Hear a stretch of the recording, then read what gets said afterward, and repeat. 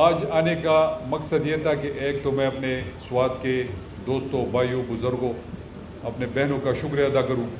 کہ انہوں نے 31 مارچ کو جس طرح پاکستان تحریک انصاف کے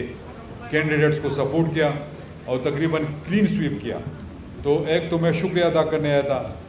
دوسرا، یہاں پر جتنے بھی ہمارے ترقیاتی کام تھے جو کچھ کمپلیشن کے قریب تھے اور کچھ پہلے گراؤنڈ بریکنگ سرمنی ان کی کرنی تھی، شروعات ان کی کرنی تھی، تو بیسیکلی میں اس کے لیے آیا تھا۔ اور تیسری اور آخری بات میں آیا تھا کہ میں اپنے سوات کے لوگوں سے یہ کہنا چاہتا ہوں کہ جس طرح رات کے اندھیرے میں آپ سب کو پتہ ہے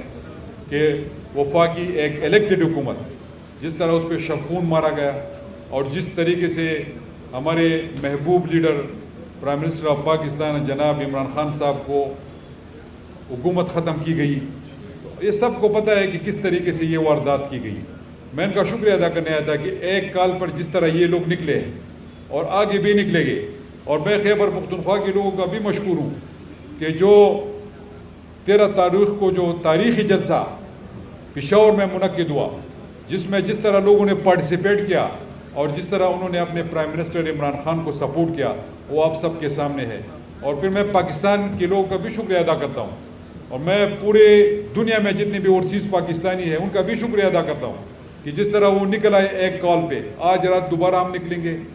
خان صاحب جو ہمارے پرائم منسٹر صاحب ہے، میرے اب بھی پرائم منسٹر ہے، ان سب کے پرائم منسٹر ہے، الیکٹڈ پرائم منسٹر ہے،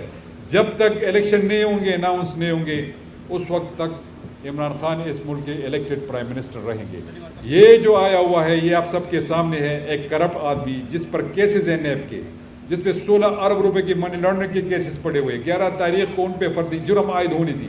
اور ان کو انہوں نے پرائم منسٹر بنا دیا بغیر 155 سیٹوں والی جماعت وہ حکومت سے ہٹ جاتی ہے اور صرف 84 جن کے پاس سیٹیں ہیں وہ اقتدار میں آ جاتی ہے۔ تو یہ سب سارے ہوشیار لوگ ہیں، سب کو پتہ ہے آج کل سوشل میڈیا کا دور ہے۔